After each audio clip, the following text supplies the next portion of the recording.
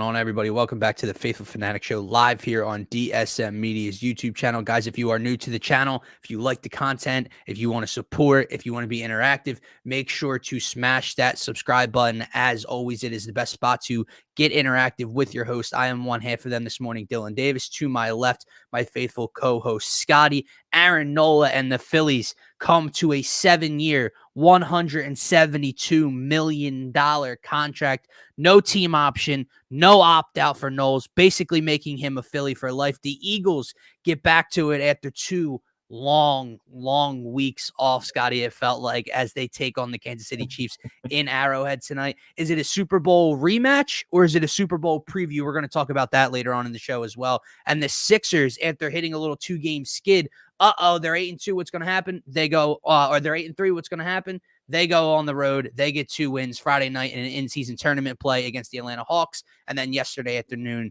in Brooklyn against the Nets. We're going to talk about it all, my man. But how are you feeling on this Monday morning?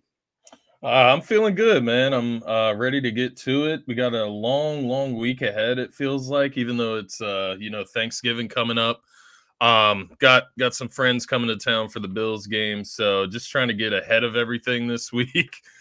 So along with a Monday Night Football, Super Bowl rematch, Super Bowl preview, whatever the hell you want to call it, we got a stacked week of holiday joy and food and everything going on, family, right? So it's going to be a busy week. We're getting it kicked off with a bang, and I'm excited, man. Happy Monday to you, brother. Yes, sir, man. We'll talk a little bit more about Thanksgiving on Wednesday show. We'll talk about it then, sir.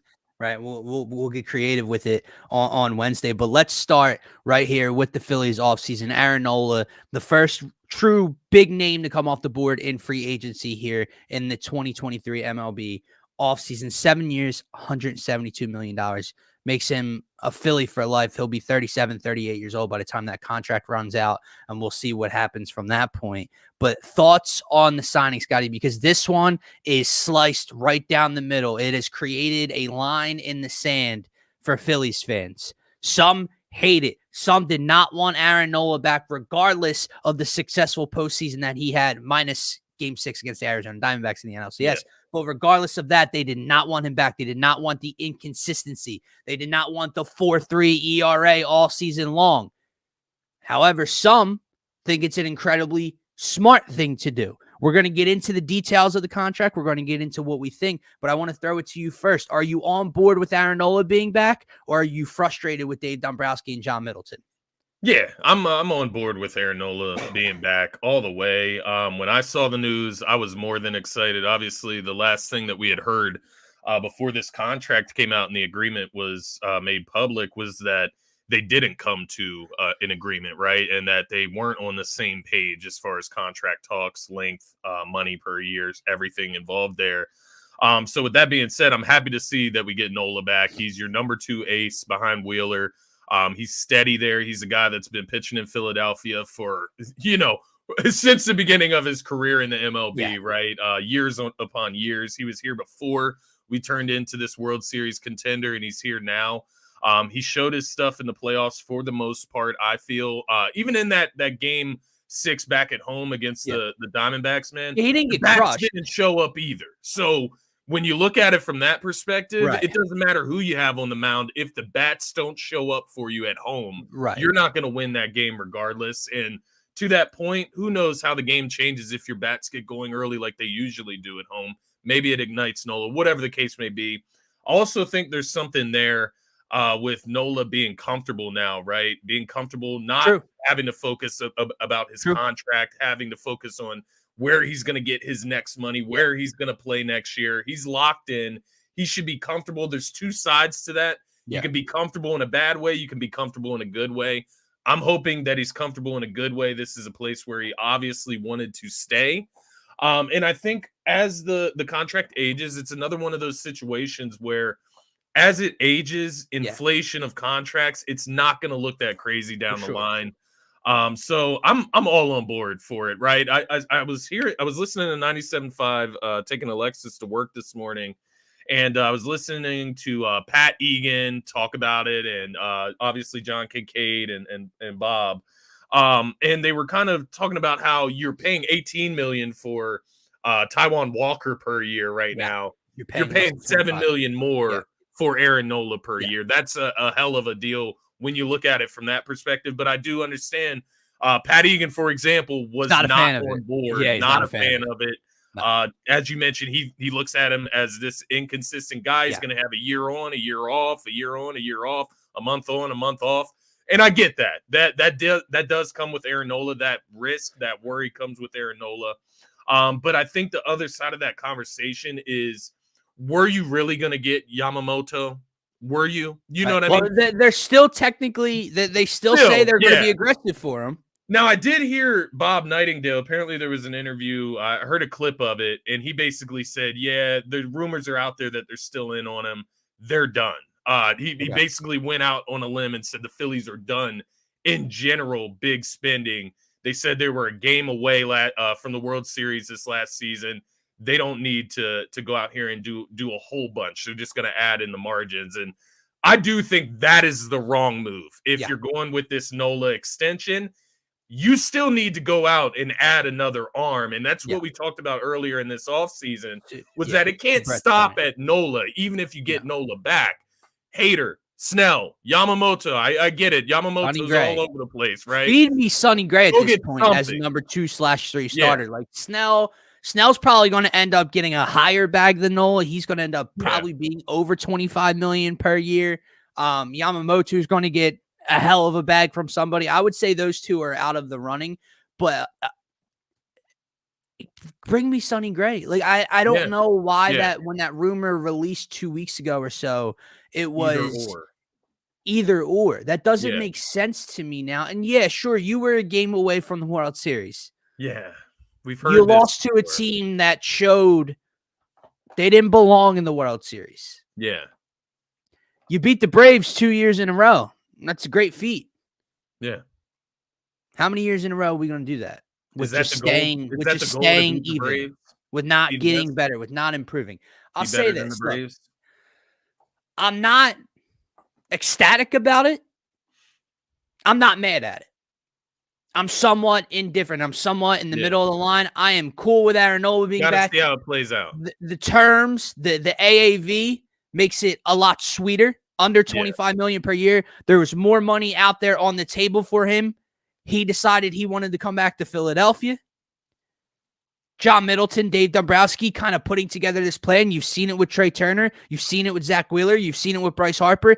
Stretching out the years to make the money per year work for this team, where they can add in those margins, but not just get marginally better. They're going to add within the margins, but with higher marginal players is what I'm trying what I'm trying to lay out there for you. High-end marginal players. By the way, TR, we're going to be talking about it all, man. We got Sixers weekend coming up in a couple minutes here. We have the Eagles Chiefs preview coming up as well, so stay tuned for that. But yeah, man. So I'm indifferent with it. I don't hate it. I don't love it, right? Because here's the thing. There are a lot of people out there that think that truly believe that Aaron Nola was the best option to bring back. Yeah. And I don't believe that. I don't believe that Aaron Nola is better than a 2-time Cy Young and Blake Snell.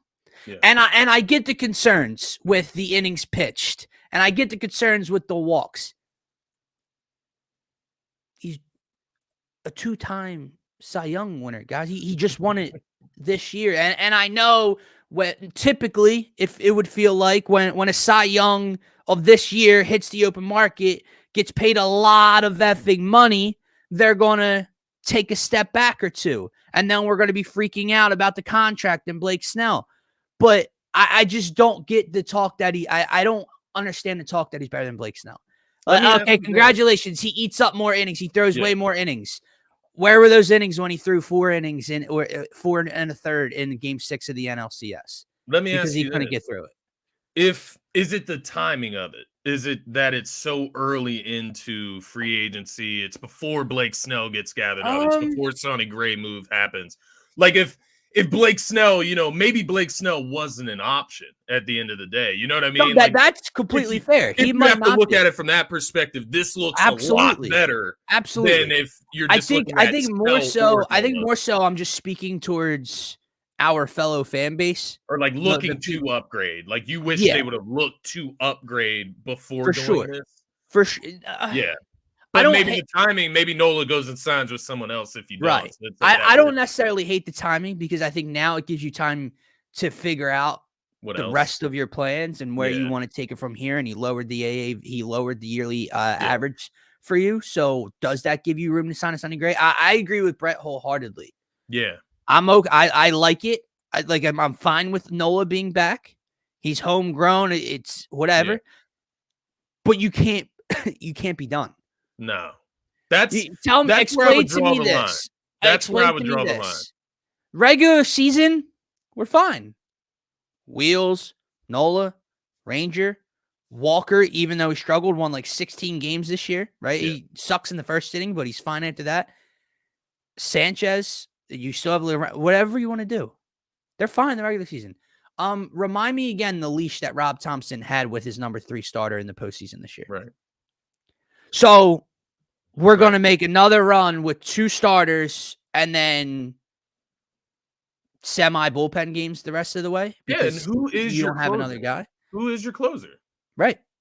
Like if you don't add a hater or a top shelf closer, who is your closer? Because obviously we know who we're moving on from, right? Like he has to be replaced by somebody.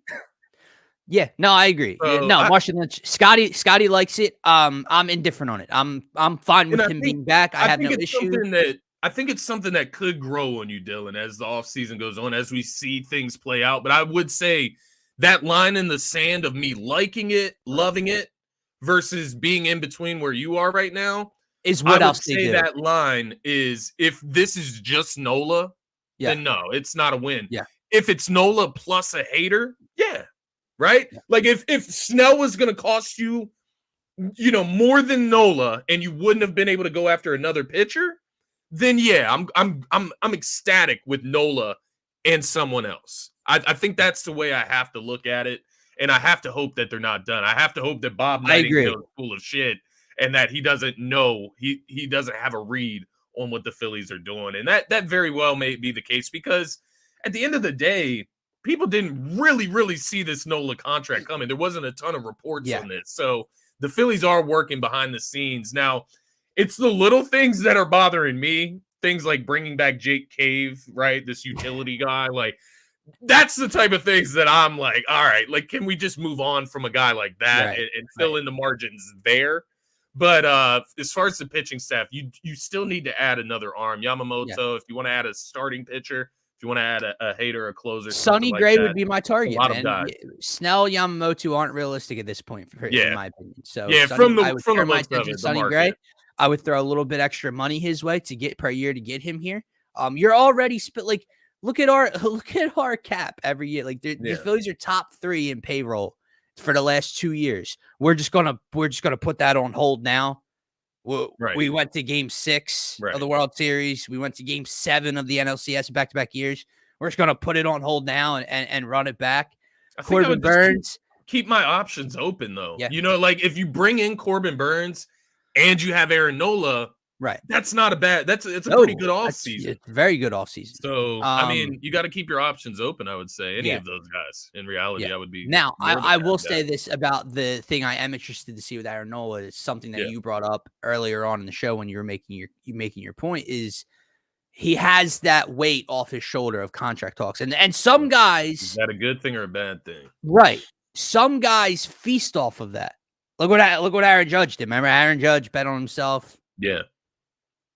Broke the AL or tied the AL home run record, goes out, gets one of the biggest contracts ever almost, right? Aaron Nola, from what we gathered in the regular season, did not perform well with that pressure on his shoulders. Not at all. Now that it's off, maybe it's the other way around. Now maybe he's home, he's comfortable. This is where he wants to be, and he can settle back in. I just don't know what to make of Aaron Nola for the last 3 years. Yeah. Because he's had up and down inconsistent regular seasons, and then he shines in the playoffs for the first 2 rounds. And we both said now you have to bring him back with what he's doing. And But then when you need it, now to your point, the bats didn't show up. So how much can I really throw at his direction for a game 6 loss? But I don't want to deflect either at the same time. Like, just being fair, the bats didn't show up, but I don't want to deflect. He did not have a good out. He didn't show up either. So it's like, all right, you're kind of trying to balance where to go with him. So let me ask you this. Now only time will tell with how this contract plays out. Well, that's actually what I wanted to ask you. Like, based on the way Nola pitches, and you're more of a baseball guy than me by far, I would say, as far as your knowledge, history of the game, everything. So when you look at Nola and his style of pitching, how does he age? Like, how does that look as he ages to you? I think he ages pretty gracefully. Now, here's what I'll say also. People that are bitching about the fact that he's 30 need to grow up. I mean, he's 30, Blake Snell's 30. I don't know what Sonny Gray's, but like, this is when pitchers hit the open market and get their payday is 29 to 31. It's in that range. Okay. Yeah. So year 7 might suck, but the first 5 years are going to be fine. All right. Yeah. And I say he ages gracefully because what doesn't Knowles do? He doesn't overpower you. Yeah. See, guys that throw 97, 98, 99, like Spencer Strider, let's say. Yeah. Once that arm once that stamina starts to go for that body, for that arm, and he can't pump 99 for 6 innings. Hell, he can't pump 99 at all anymore. Yeah. He doesn't throw anything else to get you off balance.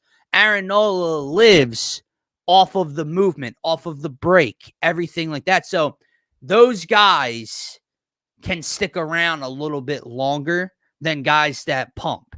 Yeah. And so with that said, I think even if Knowles, what's he throw right now? 94 is a high probably, right? He's around 92 to 94. Even if Knowles is throwing 91, he still has all the breaking stuff, all the movement to stick around and be good.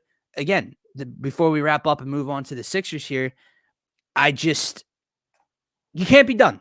Yeah, because I don't know how we're supposed to take what happened at the end of last season and head into this season almost with the exact same roster, essentially, with marginal bullpen pieces and feel great about what the Phillies are doing. Exactly. And I think it would signal that we're going to go with a similar scheme and game plan for the season, right? And I'm not saying that you have to change everything about this team, right? This is a team that was one win. They will be a wild card team again. They will not out race the Atlanta Braves for 100 wins. And the thing is, man, if they don't go out and address the pitching staff, and they go with this same unit, right? Now we're just going to go into the postseason relying on our bats to get hot and stay hot throughout the postseason again. And that's just not what I want to do. We need to stack up on healthy, sturdy arms in the bullpen, starter, across the board, a closer. We need to cover all the bases, man, to make sure that we are not 100% relying on the offense. And that's the biggest thing for me, man. I just want to I agree with you. Not change. I don't want to like signal change, right? I don't want to like yell that word, but I do want to see a shift in the way they attack things. Speaking of shift, like you said this phrase earlier in the show, and it's just not. It's what we want him to be. It's almost what we need him to be, but it's not what he's been. And that's Aaron Nola being our second ace. Yeah. This right here, quotation mark. The evidence I have of the last 2+ seasons is that Aaron Nola is closer to a 4 than he is a 2.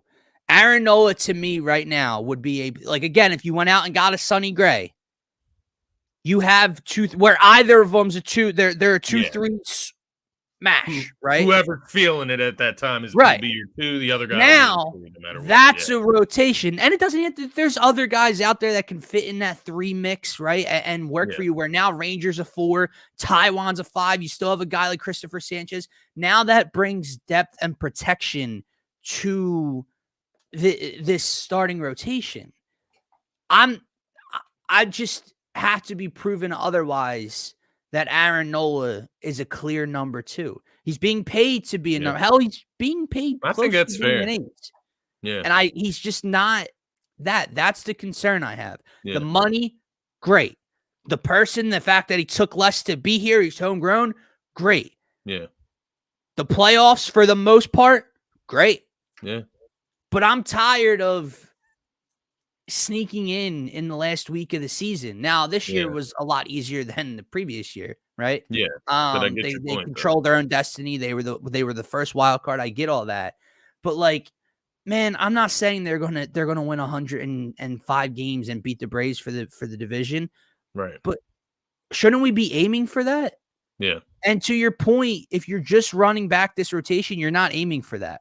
Because you're not sturdy enough with the starting five to go and compete for 100 games. And I will say the downside of the potential downside of bringing Nola back 7 years, he's locked in, he's a Philly for life. It's great, right? It sounds great. He's a homegrown, as you mentioned. The potential downside there is that every time he has a bad outing or a bad month or a bad stretch, you're going to have half the fan base or more saying, why the hell did we do this? Why did we sign him back? Why did we extend this guy? He's doing the same shit. And that's going to be annoying in itself when you could have just started over with somebody new. You know what I mean? You could have started over with somebody new. If Blake Snell goes through a month of, bad throwing, then maybe you work with him a little bit because he's new. I also say Nola, it's a little different. The grass isn't always greener. I'm not asking for a new lawn. Yeah. I'm just asking you not to be done, Dave and John. Add a new garden to the lawn, something. Yeah. I don't even know if that's a great analogy. Plant something new. I don't know. You get what I'm trying to say here? Yeah, cut the weeds out. I understand that Blake Snell could regress after a Cy Young season and those walks catch up to him, and Nola has a 3 ERA and looks great this year. The grass isn't always greener. But I'm not comfortable with just running this rotation back. Bring me something else. Bring me a number 3 guy that makes Ranger Suarez a true number 4. And now we're talking. Yeah. Blake comes here and starts out poorly. Let's give him a standing ovation. It's everybody turned on. But I would leave it there. I would say, it's to be determined how good this deal really is, whether or not they go out and get somebody else. That's where I would leave it. I know everybody wants Yamamoto. I mean, Pat Egan was on 97.5 begging for Yamamoto this morning.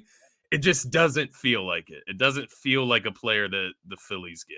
Like, I don't know. It just doesn't feel. No, it doesn't. Well, and see, here's the issue too. Josh Hader's in that same boat for me. Yeah. Doesn't feel it's just like not in the Phillies mold. Yeah. It's not a Dave Dombrowski move. It's not a Rob Thompson move, which I'm not saying it's a good thing. I'm not saying that's correct. I want Josh Hader here. Yeah. But they haven't had they just have not used a traditional closer for the last how many years. And that's not a good thing for my money, especially when the game's best is sitting out there for you. Your closer? Like as of right now. Kirkland? Right now, I mean, you're running it back with what? Alvarado? That would be the safest. And then they're counting on Kirkland, I would imagine. And it's just not what I want. It's not for a World Series contender. What makes this team the best. Yeah. No. I agree. So we'll see, man. We will certainly that see one right Dombrowski and them come up in the coming weeks and months. Yeah, the Keg Kimbrell shit. Yep. Sounds about right. Yep. Yes, we will. Sounds about right. All right, man. Let's talk some Sixers. Talk some hoops. Yes, sir.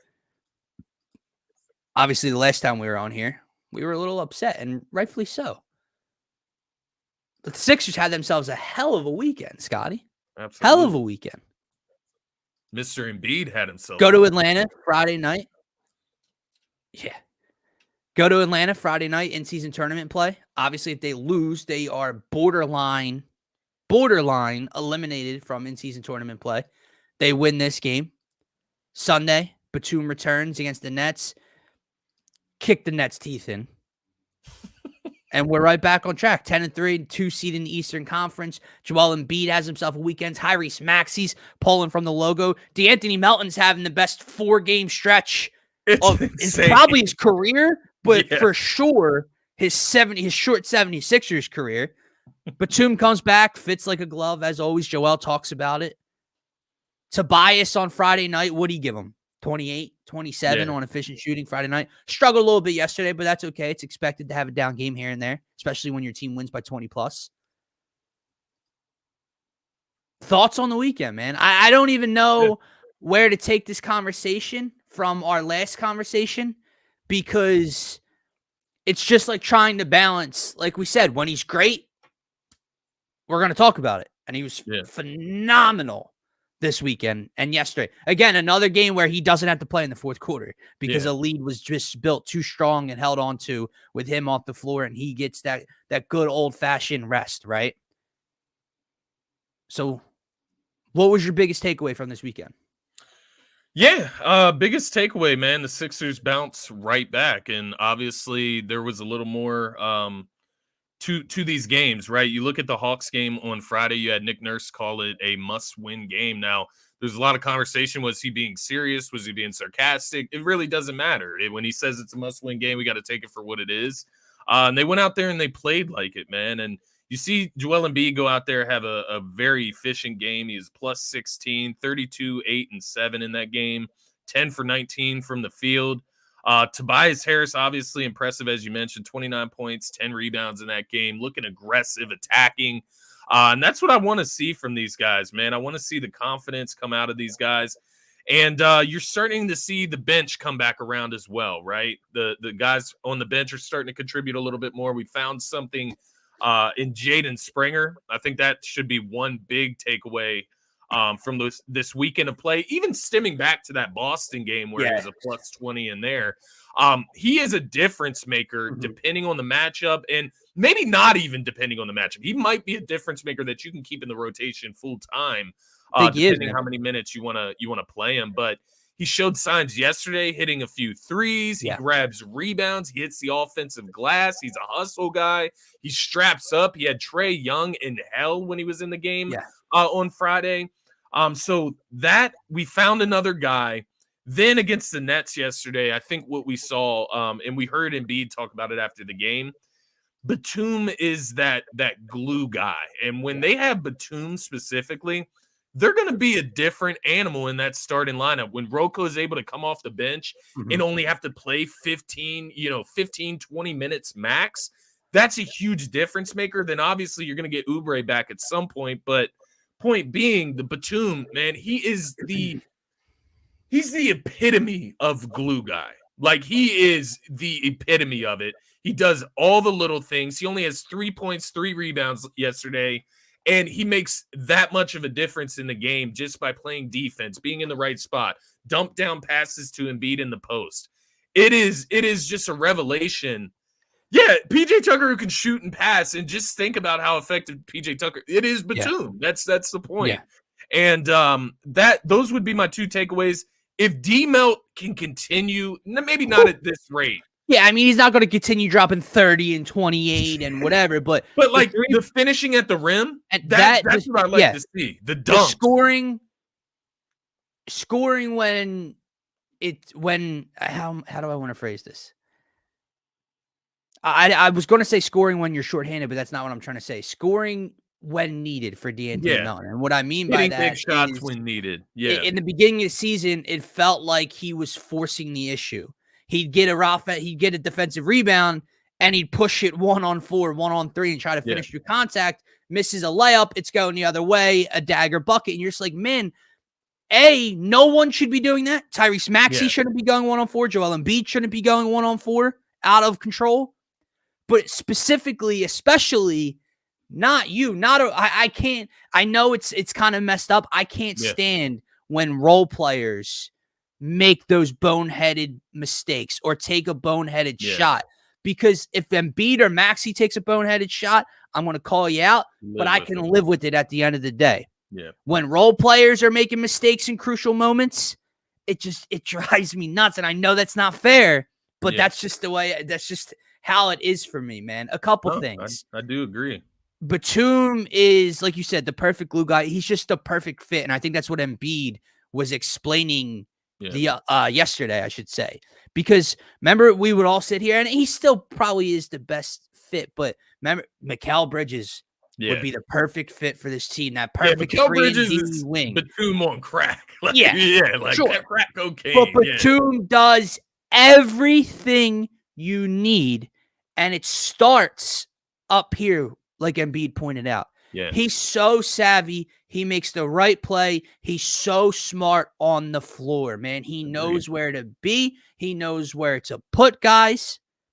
He's way better and more athletic than I thought watching him in Los Angeles. I did not know he could D up like this. I did not know he could pick point guards up 90 feet away from the basket and stay on their hip and slow the offense down. I didn't know he had that. It feels like he hits every three he takes. And what I love about him is would I like to see a little bit more volume? Probably a tiny bit more volume when he only takes one or two shots. However, he knows his role. He's not out here jacking 6 threes in a night because he wants to get shots up. He's like, hey, I get this straight to the top of the key from a handoff from Joel. I'm going to bang it, and then I'm good. And then I'm going to get others involved. I think for him, man, the volume will come in those games against Boston where Embiid gets doubled and Maxey can't find a shot because he's getting doubled, whatever the case may be, getting trapped at half court. Those are going to be the games where we see 6, 7 3-point attempts from Nicholas Batum, and a guy that shoots it really efficiently. Once again, does everything right. He is just such a San Antonio Spurs player. Like, when I picture San Antonio, I've said it before and I'll say it again. He is just such a San Antonio Spurs, Greg Popovich type of guy, to where he just does everything right. That Boris Diaw, I saw somebody compare him to him on Twitter earlier today. Boris Diaw, the Bruce Bowens, just always in the right spots. Robert Horry, right? He can be that type of guy for the Sixers. And then the other guy I wanted to pinpoint before I forget about him, because he can be forgettable at times, but is this the real Daniel House, man? Like, if this is what Daniel House brings, we didn't even give him credit for Friday night. He needs to play, honestly. If he can bring this energy, finishing at the rim, cutting, right? Like Oubre. He looks a lot like Oubre. Him and Jaden Springer both are great at earned their role. Have earned their ways, man. They've earned their ways to where Furkan Korkmaz has officially been eliminated from the rotation. There's no need probably for 4 minutes of Marcus Morris, right? 3 minutes. When Oubre gets back, that's cut completely. That's gone. So let's just think about this real quick, right? Because I do have some comments I want to get to, and I want to talk about Jaden Springer, because when I was going through it, I was thinking about Embiid and Maxey, but this kid has officially earned him playing time and major playing time at that. But if you're looking at this rotation, you have Joel, Maxey, Tobias, Batum, D-Melt. That's your starting 5, right? When Kelly comes back, you have Kelly as the 6th man. You have Paul Reed. You have Pat Bev. That's 8. You have Jaden Springer. That's 9. You have Covington. That's 10. If House is involved, that's 11. Is that it? Did you already name Paul Reed? Yeah. Okay. Are we missing anyone else? I don't think so. 11. So that's already a lot, but I don't think it's out of the question. And I think when you have 11, it provides Nick Nurse the ability to, let's just say Daniel House is 11, Springer's 9. It's whatever's needed at that time. If you need a scoring punch, if you need 3-point shooting with Embiid on the floor, you put House out there. If you need some athleticism and some and defense out there, it's Jaden Springer time, right? If you whatever the case may be. But the Jaden Springer thing, man, he is a consistent, an average corner 3-point shot away from major minutes. What I mean is this. He's an 8-minute guy just giving you his defense and athleticism and his energy. He's a 7 to 8 minute guy doing that. He's a 15-plus minute guy if he can shoot and score the ball when called upon. You get my that's a major difference in his role on this team. It's something that Matisse Thybulle can never consistently do. It's Furkan Korkmaz, but the other way around. He's a you can use him sparingly, simply off of his athleticism, and if you need him on defense. But if he's able to hit that corner three sparingly when needed, if he's able to put it on the floor and get to the rim and finish at the rim, that makes him a legitimate option off the bench. That makes him a guy that can give you 16 plus minutes off the bench if you need it. And I mean, 4 games ago, Scotty, we didn't even know if this kid could play 2 minutes because of his offense. Yeah. And I really think that's humongous. I think he's going to start to dig into Pat Bev's minutes when Oubre gets back. I don't think it's going to really. Yeah. I don't think Jaden Springer's minutes are going to dwindle too much with Oubre coming back. I think that's going to. No, and that's fine because Pat Bev deserves a role, but Pat Bev does not need 20 plus minutes off the bench. Agreed. Yeah, 12 is that sweet spot, I would say, for Pat Bev that he got yesterday. That's that sweet spot. You got a guy like Jaden Springer who has young, youthful legs. He's going to be able to bring energy on nights of those back-to-backs like we're going to see on Tuesday and Wednesday of this week. That's the guy that you give those minutes to in those games where his legs are fresh, he's younger, and he can just provide more. He shoots the ball better than Pat Bev. He finishes at the rim better than Pat Bev. You could argue that he might be a more effective as a defender at this point than Pat Bev. He blocks shot. Like, I mean, the kid is looking special, right? Like a special type of role player. Yeah. That's what I would pencil him in. And you know what's fun about him too, dude, is he fits the mold of a high energy guy. Yeah. And like you can if you're Nick Nurse, like he did it against Boston when we made that first run to cut back into the game where it was basically just an energy lineup. And it was, we're going to turn you over and we're going to be on your hip and we're going to get out in transition and we're going to dunk on. It was Paul Reed. It was Jaden Springer. When you have guys like that when you need it, you go to them and they turn the energy up and they get everyone else back into the game when you're down 10, 12 early. That's fun, man. Yeah, that's the epitome of role players. And it's just something that the Sixers have been lacking for season upon season. And I think the nice thing that we're seeing and why this is like turning into a revelation each and every time we see this bench come out here and perform, and you have all your guys there. Like, to Brett's point, it is great having Nicholas Batum back in this roster and in this rotation. And when you have a guy like that and then get a guy like Oubre back and we're running on full cylinders here, it's going to look really nice because you have in-house development, not only from Tyrese Maxey, who's going to be competing for most improved player all season. He's going to be an all-star this year. He's obviously been grown and developed in-house, but now you look down at guys like Jaden Springer and Paul Reed, who are now coming into fruition. Paul Reed, a G League MVP, right? Jaden Springer putting up crazy numbers in G League last year, now coming up to the big leagues and really implementing themselves into the rotation. It's beautiful to see, on top of obtaining guys like Rocco and Nicholas Batum and then Kelly Oubre in free agency. Now we're getting that full perfect balance across the rotation. And Batum and Kelly are guys that like that you just don't want to leave. Like they're two guys that like you catch yourself thinking past the season, which isn't the goal. Obviously, we're locked into this season and want to make a run. But it's like you think about life without them on this team. I think Embiid could maybe convince Batum to stick around maybe another year in French. If he talks to him in French, he might get him to stick around. This too by Brett, 6.2 assists a game, 13th in the league. I saw he already has his 8th or 9th 30-plus point performance. He almost had a triple-double yesterday. He made a pass in transition yesterday that if Jokic did it, or if LeBron did it, or if whoever did it, it would be in SportsCenter's top 10 plays of the night. Yeah, and it's just something I did not know he was capable of doing, because sometimes he, in the past, he's a little clumsy with the ball in transition, and he's so strong and big it gets away from him. He made a 3-on-2 touch bounce pass, like mid dribble, like didn't just stop, like one hand mid dribble on a rope, in stride, catch it, lay it up. We're heading the other way. Like, I had no idea Joel Embiid could make that pass. And to this point, because of this development with playmaking by Joel Embiid, the way he's looked this season, that is why on Friday of last week, after that Celtics performance, why we have to hold him accountable. because this is what he is capable of. Yes. This is peak Embiid.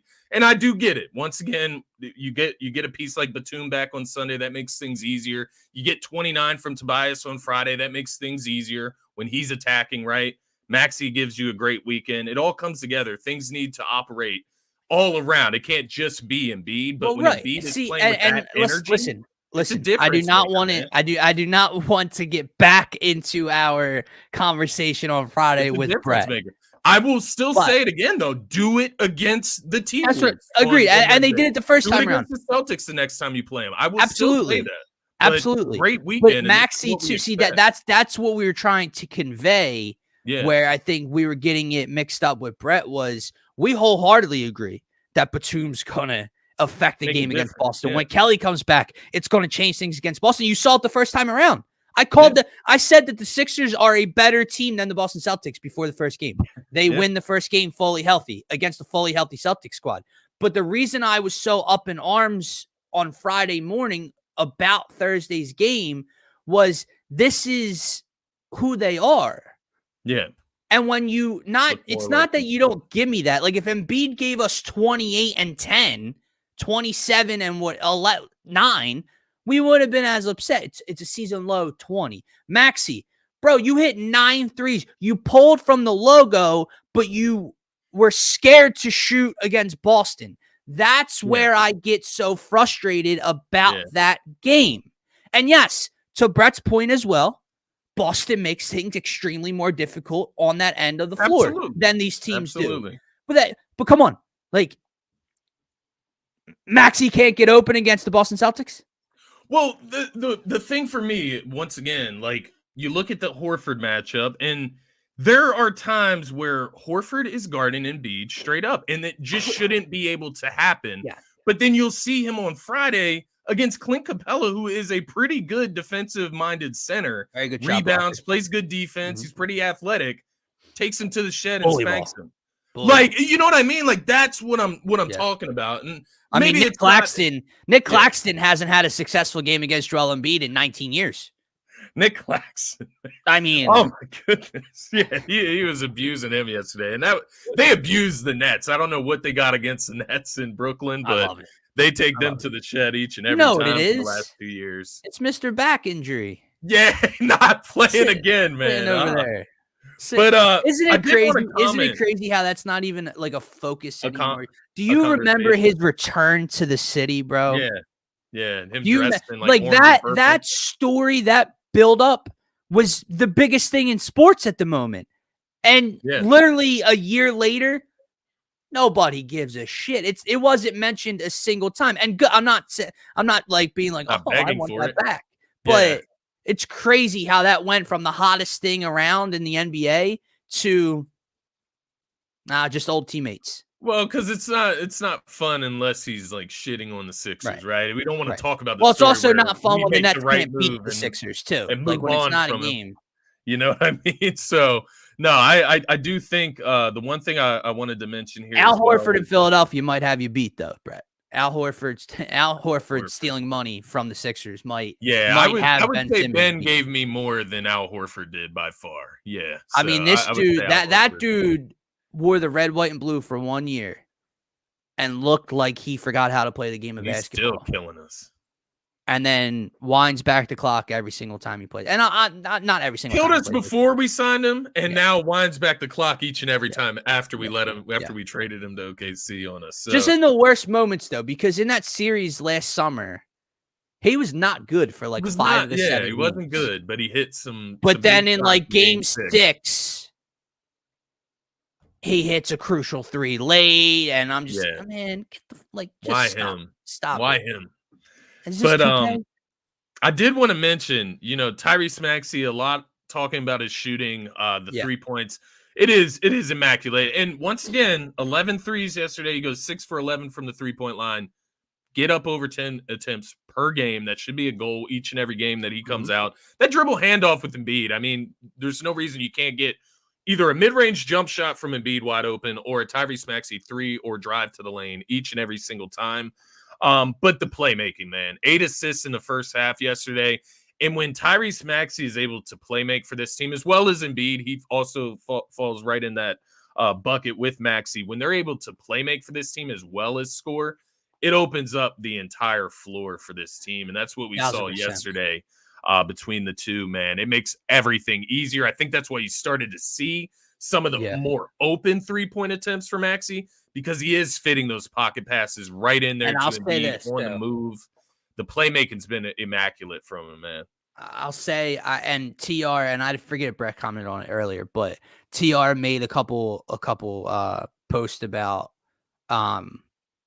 their play designs and their cuts and that's part of it as well. And I did see them, and I will say, because Pat Bev mentioned it on his podcast like 4 or 5 games in, how like they're vanilla right now. Like Nurse isn't even getting into like 20% of the playbook yet, and I think the healthier they get, Batum's seems like he's back. You're only missing Kelly, and now you're getting other guys that seem comfortable. Hal Springer, he has more flexibility and more guys that can handle the load. I think you're seeing that playbook open up offensively even more. Yeah. And that's a scary thing in itself.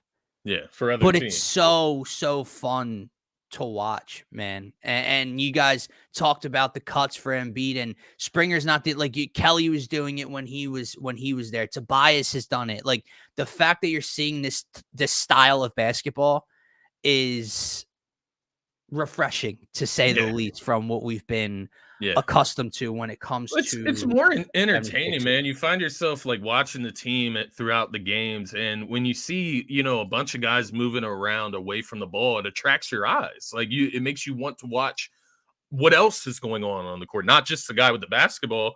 And to that point, it creates a more entertaining product as a whole. It's more beautiful to watch. Like that's what I've been talking about the last couple of years. And maybe it was such a Doc Rivers thing that it had me almost turning on Embiid over the offseason to an extent, because it feels like it's Embiid being selfish or Harden being selfish with the ball. But really, that's just Doc Rivers' offense, right? And that's ugly basketball. It's not enjoyable to watch unless they are dropping 40 each and they're winning the game that way in a close game where they drop 40 each combined for 80 points.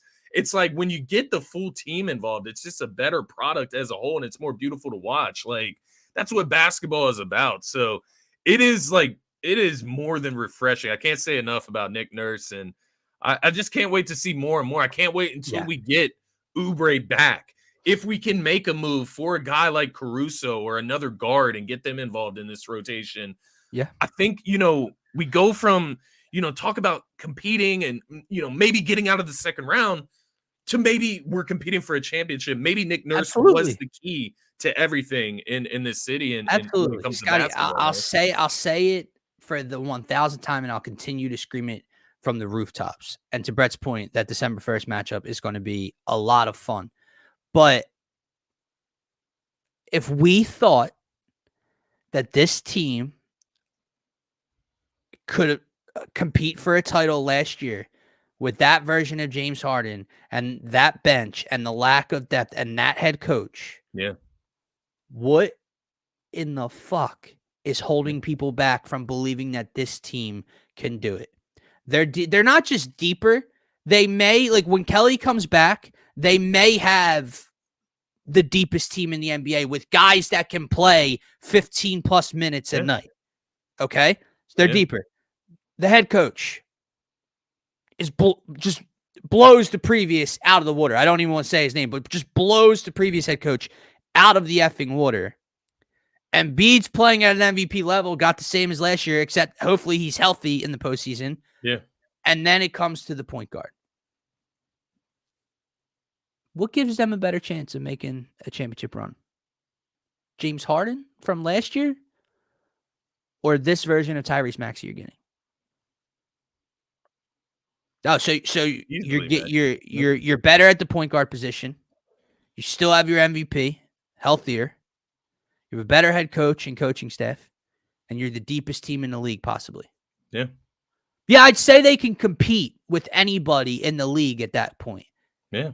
And that's what I need people like. Again, I know we were hard. Like that goes to my point, like about why I was so harsh on Friday morning, is because I'm in. Like, I'm there. Yeah. And I believe in Joel and in Maxey.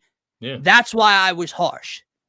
So forgive me. And Right? I think, Forgive me, you know, Joel. there's just something else to add to like the Nick Nurse saying. It was talked about a little bit over the summer, you know, when he was acquired as the Sixers head coach. But look at what he did with Kawhi with just one season, right? Yeah. Just one season of Kawhi in and out of the lineup, right? Load management.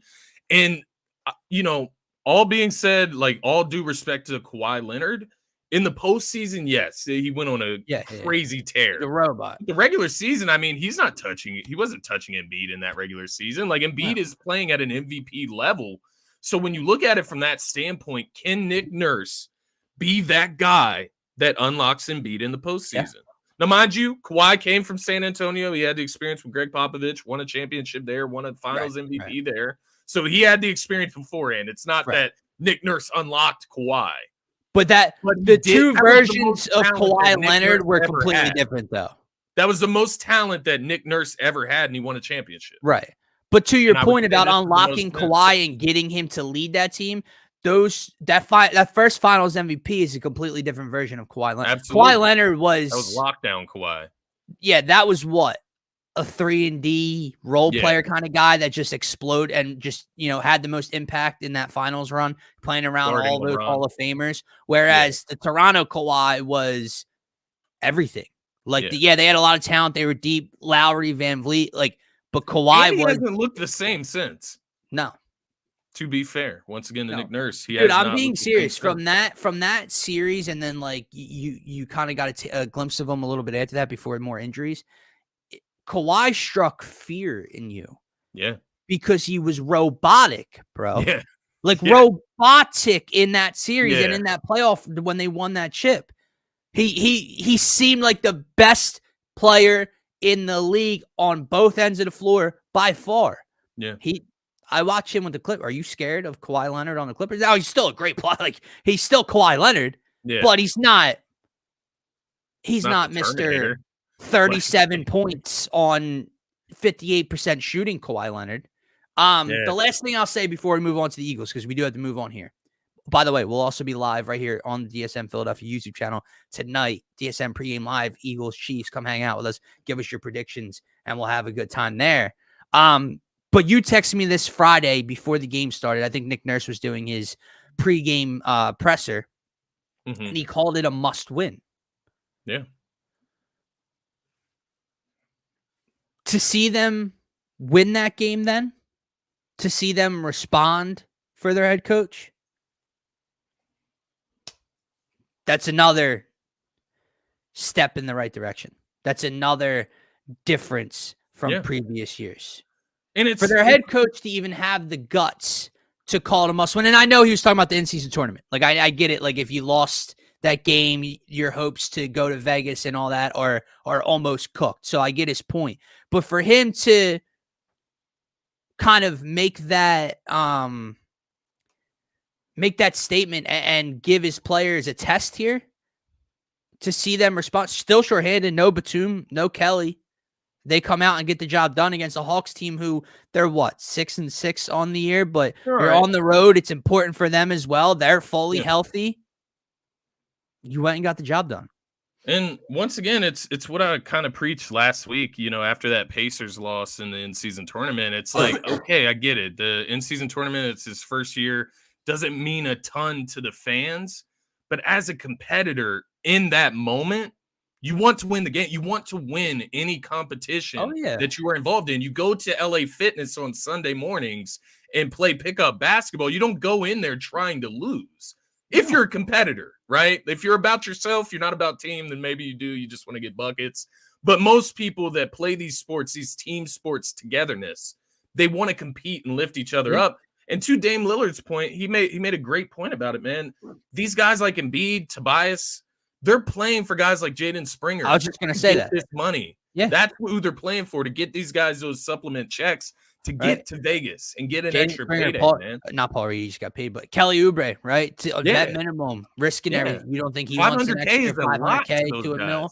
Yeah, I'd say he wants that. Jaden Springer, like you're saying, but basically a rookie, right? Hasn't really played at all in this league, so almost a rookie. You don't think he wants an extra $500,000. Yeah, I think he needs a little. I Not need, love but it, will man. love an extra $500,000. I love that Nick Nurse said that before that game. It's not that I'm out here wholeheartedly needing an in-season tournament win, but competition rises. If you lose that game, you're done. You're not competing anymore in that tournament. They would have needed lots of help to get it to go out there and win and stay alive. And that's what it's all about. Just stay competitive, man. Find reasons to stay competitive throughout the 82. Yeah, because it's a long regular season, and when you're playing the Pistons and you're playing, the Hornets in December. Gotta think the bad teams have kind of switched up on us. You got to find reasons to win, and maybe you don't have it that night, but maybe you can have it in November when there's money on the line and there's reason for it on the line. Yeah, right? So exactly. We'll see. We'll see what this team continues to do. They're back at it tomorrow night, in-season tournament game.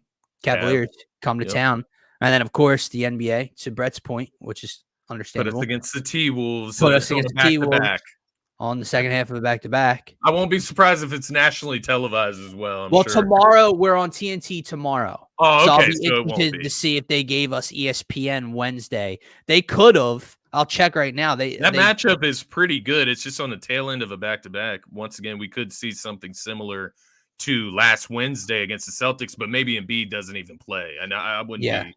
No, it's not. It's not on. Well, it's odd. It doesn't have it listed as national television.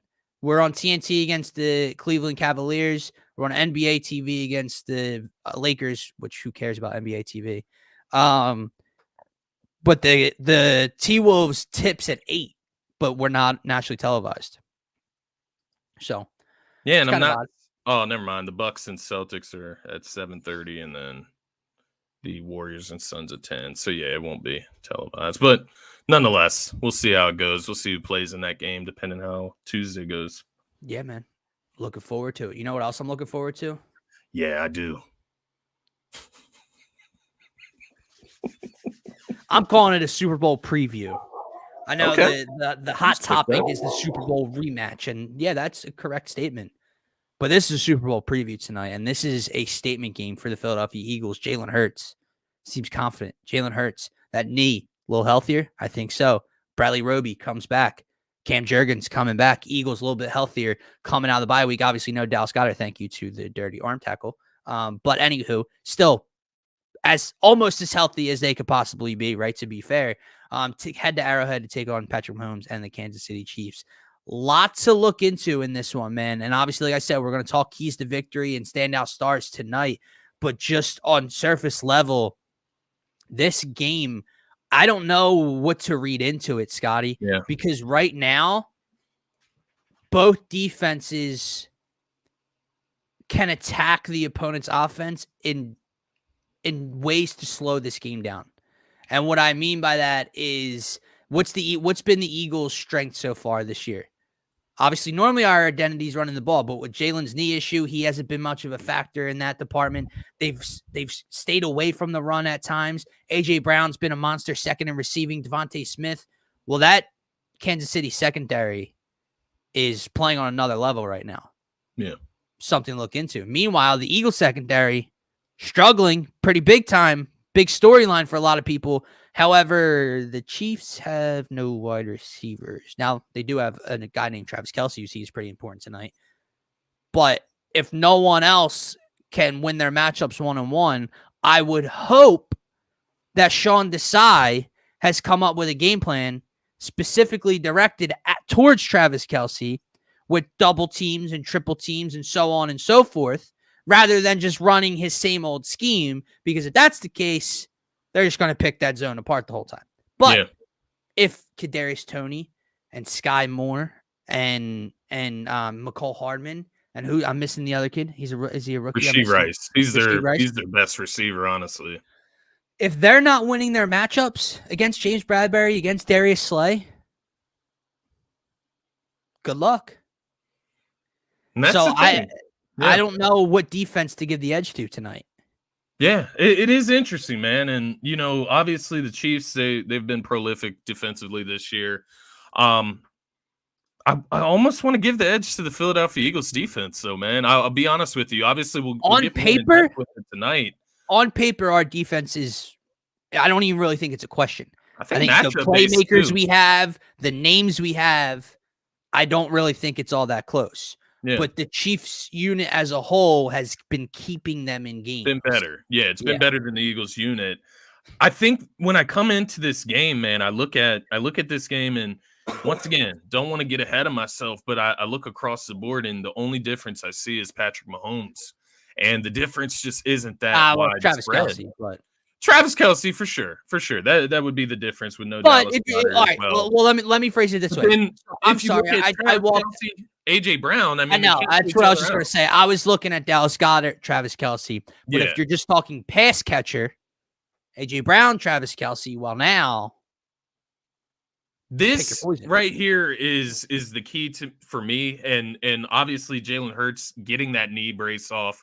I'm hoping that we can unleash Jalen Hurts in this game as a runner as well, just to keep the Chiefs defense honest. But getting Jurgens back, we saw the numbers with Jurgens versus without him. Yeah. They're close to 163 rushing yards per game compared to 100, I believe, without Jurgens. So I look for DeAndre Swift, Kenneth Gainwell, all of these guys to get involved in the running game tonight. And the thing that goes hidden, and why I say I kind of want to give the advantage to the Eagles defense, as bad as that sounds, I do give it the to Chiefs have the 31st ranked run defense in the NFL. They have the 31st ranked rushing defense in the NFL. The Eagles, while the running game hasn't been as effective as we're used to, get two of the biggest pieces to their running game back in this game. Right? Dallas Goedert is a loss in the passing game. He's a great blocker too, but Jack Stahl can run block. He can block. Absolutely. The receiving portion is where he falls off a little bit. So when I look at it from that standpoint, I think when you count in what the Chiefs have on offense versus what the Eagles have on offense versus Chiefs defense versus Eagles defense, I think the Eagles defense is in a better position. But that being said, you're going against Patrick Mahomes, and that is the outlier of the equation that you cannot measure. It's the biggest outlier in all of sports, right? That's the one thing you cannot measure or factor into the equation, because a lot of the stuff that he does just doesn't make sense for typical quarterback football play, right? He makes plays that other people just can't make.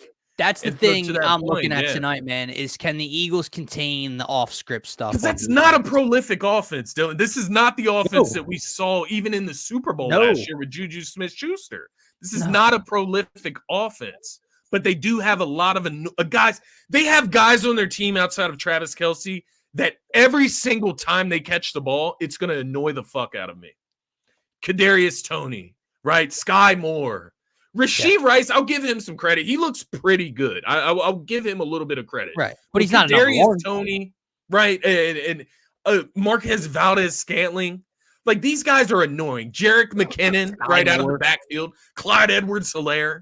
Pacheco's a hard runner, but we got the number one rush defense in the NFL. So that's the other side of it, right? Yeah. The rush defense, we have to make them one-dimensional. Strength versus strength, advantage Eagles. Strength versus weakness, meaning how can you take advantage of a mismatch? Advantage Eagles. The difference is the ultimate outlier. However, their ultimate outlier, who was fantastic in the Super Bowl, he was lights out, don't get me wrong. I know where you're going. But our guy played just as good, if not better, in that our loss. Outlier. He's turning into our outlier. When you take that into account, the margin in quarterback play isn't as wide as it normally is for the Chiefs. Agreed. But it's still a margin, right? Like it's still the best quarterback in the world. Yeah. And like I said, can they contain the off-script stuff? I'll explain more on the pregame show tonight, man. Yeah. But this game has so much to do with the guys on the sidelines. Yeah. Almost as much as the guys on the field. The guys on that field have to execute. Week. They have to protect the football. They have to make plays. Do not get it twisted. Yeah. But Brian Johnson and Sean Desai. Yeah. The play calling matters so much tonight, man. I cannot stress that enough. On defense, like we just talked about, we believe in our rush defense. Our run stopping. So we don't have to stack the box. They're not that kind of team, right? They're not going to run the ball 30 times. So we don't have to worry too much in that department. Just limit big runs or back-breaking runs, right? Yeah. It's Travis Kelce. and it's only Travis Kelce. So if Sean Desai comes out just thinking that his scheme is good enough, like Jonathan Gannon would do, instead of game planning for a specific star and trying to eliminate him, we're in for a long night. Yeah. Like, what would Mike Tomlin do? What would Bill Belichick do against the Kansas City Chiefs tonight? They would make life as difficult as possible for Travis Kelce to get open. Double team Travis and bring that pressure, man. Right. My point is, if the size play calling is just the same as it's been for 4 weeks. Whoever lines up, not having Byard follow Travis Kelce, correct. Right? Just having Eli Ricks line allowing Kelce to find the holes in your zone. Dictate matchups. They're going to pick you apart. Yeah. Vice versa. Offense. You just said that they're the number what rush defense, Scotty? Number 31. Number 31. What were the New York Jets when we played the Jets a couple weeks ago in our only loss against the run? 27th or 27th against the run. How many times we run the ball that game? Yeah. Brian Johnson, you cannot fall in love with the pass tonight. I know it's what you want to do. And I know AJ's possibly the best receiver in the game right now. You have to run the football tonight. You have to do it. Yeah. Yeah. And on the other side of the ball, man, I would say, you look at that Super Bowl. What was the one other takeaway, right? Like, aside from Hurts' magical game, you had the fumble that turns into a touchdown. Yeah. The other side of everything, the penalty to end the game, right? The wacky motion plays in the 5-yard line, right, by the Chiefs, where they get wide open touchdowns in the red zone. All of that. But zero fucking pressure on Patrick Mahomes in that Super Bowl. You could not, your D-line couldn't get there at all. They were not touching him. That historic, legendary defensive line, 72 sacks or whatever the hell they had last year, did not touch Patrick Mahomes. And that was him on a bad ankle, right? You need to get after him tonight. I know that field was all tore up. The field conditions were all fucked. There should be no excuses tonight. It can't happen again, right? It is in Kansas City, so I have to, backtrack a little bit there. But it shouldn't happen again. These guys got to get home. I have to hope that Jalen Carter is like in a big time impact in this game, right? Javon Hargrave couldn't get it done in the big game. Hassan Reddick has this game staple. Oh yeah, he's got to. The way he was, he didn't get home. He couldn't get home, right? And obviously you saw him slipping all over the place, changing his cleats. Couldn't get home in the Super Bowl against Patrick Mahomes. Yeah. He's going to look to make plays tonight. He has to. Yeah. There's really no excuses. To Brett's point, like running the football, there's really no excuses. No, and Driscoll was bad. Driscoll was bad, but the issue is run blocking is 1,000 times easier for a guy to come in the game and do. Secondly, when you run the ball, you can do different things to run in different gaps and to the left side of the line behind Dickerson and Mailata instead of running behind Driscoll and Suopeta. So it's different there. But this speaking, I said play calling is going to be a big factor. You talked about it a couple weeks ago with the way that Eric Bieniemy has given this team fits this year. How much of that plays a factor against the Eagles defense tonight? Because he's not there anymore. And that's what I mean, man. This offense, and knock on wood, because I'm not ruling the Chiefs out of winning this game or scoring 30 points because, like I said, Patrick Mahomes is that outlier. But this offense is not prolific. This is not the offense of the Chiefs of the past. I'm telling you, right? Man, it's too. It can't happen tonight. If we go out here and lose 24-21, lower scoring game, right?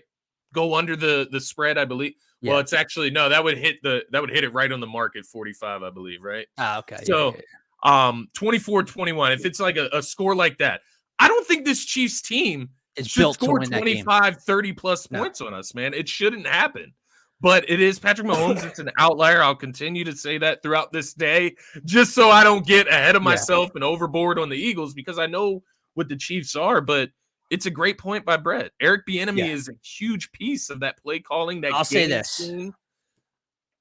No, I agree with you. My bad. I was just gonna say again. I want to get more into it tonight. It's just I have so much on my mind right now that I have to. It's all coming out. Yeah, the offense. The offense has to do two things. Jalen, everyone, specifically Jalen, has to protect the football. You cannot give that team that's struggling on offense with that quarterback extra possessions. Okay, and short fields. B, they have to be physical. And what I mean by that is, A, it starts with running the football right behind that big offensive line that wants to run the football. But then there's a lot of talk about these corners, right? And that number one corner over there for the Kansas City Chiefs and what he was able to do against Tyreek Hill a couple weeks ago in Germany. Justin Jefferson. Way different style of wide receiver one over there. AJ Brown is built a little different than physicality at the line of scrimmage. The Eagles have to. I dare them to press AJ Brown. Yeah, bring the fight to Kansas City. Defensively, they have to do three things. You have to do three things defensively. A, you have to get pressure on Patrick. Yeah, some pressure, more than the Super Bowl type pressure. Yeah. Okay, if you got to bring an extra guy. Do it. Like do what you have to do. Get some pressure in his face. B, you game plan and you focus on Travis Kelce. You make anyone else beat you tonight, but Travis Kelce cannot have 110 yards and a touchdown or two. It cannot happen. Agreed. Other teams have found ways to take it away. Byard, you find a way to take it away. Key, right? That is the guy. That's why he struggled against Tennessee. That's why Kelce struggled against Tennessee, because Kevin Byard. Sean Desai has to let him follow him. I agree. See? Limit the off-script stuff for Kansas City. Yeah, I know it's difficult when he gets out there and he's running and he's breaking a tackle and spinning around and it's hard to keep coverage for that long. I get that. And I'm not saying he's not going to make a couple off-script plays. You can't allow Patrick to get into that rhythm where it's backyard football. Yeah. And he gets comfortable doing so, because then we're in for a long night. Because then it doesn't matter who his receivers are. He's going to have a field day against you doing that. So apply pressure to Patrick. Limit the off-script stuff, and please, for the love of God, like you said, allow Byard to follow him around, but also throw help, bracket him, press him at the line of scrimmage with a linebacker, and then have Kevin Byard waiting for him 5 yards off the line of scrimmage. Do something to get him off his mark. I swear to God, if I see Zach Cunningham or Anthony Morrow guarding this guy, or is it Nick Morrow? My bad. Nicholas Morrow. Yeah. Excuse me. If I see Nicholas Morrow or Zach Cunningham guarding Travis Kelce, I'm going to rip my hair out. Yep. I'm going to rip my hair out, because it just cannot happen. It can't. I agree. Can't. It should not be allowed. Hey, I'm being dead serious, man. He lines up in the slot if he lines up in the slot right off the edge of the line of scrimmage. Yeah. Let Nicholas Morrow be physical with him at the line of scrimmage. Give him a little bump off his mark. Byard's 5 yards off the line of scrimmage waiting for him, just like he would be in coverage anyway. Yep. Different things like that. But I'm telling you, do not sit there comfortable in your zone and just think that scheme is going to work. Yeah. Because they're going to find the holes. And Patrick's going to throw it to the holes even before Kelce's there, because Kelce's going to know where to be. And the way that those two work together, I'm telling you, don't let it happen. You know, another thing, and I maybe I should say, I can't. It's already on my mind. You got to let those Georgia Bulldogs loose tonight too, man. On that defensive line, let Jalen Carter get up in there, see if they can be the play a little bit. Yeah, no Derek Barnett tonight. Let Nolan Smith play a little bit. Let Nolan Smith play, man. Let me ask you one more question. Regarding this game. You already said it's your Super Bowl preview, so it's not a revenge game for you. It's more of just a litmus test. See where we're at. Is it a must-win game? No, I don't think it's a must-win game. If anything, out of this gauntlet that's coming up, I think it's the least winnable. Yeah. I think from what I've seen against the Buffalo Bills coming to town next weekend, you need to win that game. We know that, to me, beating the Niners, because that's going to be a roadblock before Kansas City ever will be in a Super Bowl. Yeah. You got to. I need to see that you can beat that team with that quarterback on your home turf. Yeah. This is the least winnable game of the three coming up for me. So, no, it's not a must-win at all. Andy Reid out of the bye, Patrick Mahomes, Travis Kelce, the way that defense is playing, they're favored for a reason. I'm not saying the Eagles should be favored. Where will you be mentally on the Eagles if they lose or win? if they win this game, you probably won't want to talk to me on Wednesday because I'm going to be insufferable. Like if they go to Arrowhead and beat this team without Dallas Goedert, who was a problem for the Chiefs in the Super Bowl last year, I'll be insufferable. If they lose, I think it depends how they lose. Yeah, that's fair.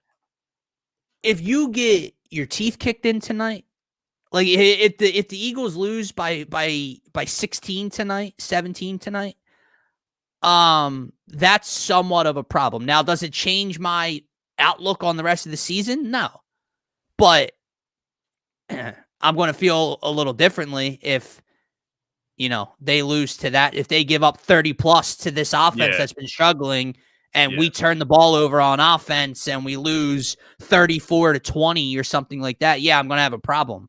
But it won't change my outlook much if they lose, especially depending on how they lose. If they win, though, I mean, Scotty, let's be out, not excluding playoffs. This would be the biggest Eagles regular season win in how long? Yeah. I mean, on Get Up this morning, Mike Green, he called it the biggest game of the year. Kind of feels like it, right? Yeah. Super Bowl is not in this year, so it is. I mean, it is that Super Bowl rematch. Yeah. It's both the current number 1 seeds. It's the number 1 and number 2 MVP guys right now. Yeah. It's the biggest game. Both coming off of a bye, so both kind of even playing field there. Yeah. No excuses. No. Now the only thing is Taylor can't be there, so that takes away a little bit, but takes a little bit of juice. Yeah. We'll still talk about her though. She'll be there in spirit. Absolutely. It makes you wonder. You think the parents are still meeting up tonight, like they said? Rumored that they are. Kind of odd, no?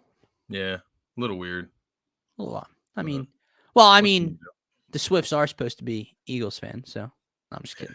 You would think that would be the game and they would wear some Eagles gear, right? Yeah. But people that actually care about this shit is crazy to me, man. Yeah. Like we talked about the other day, but just stop.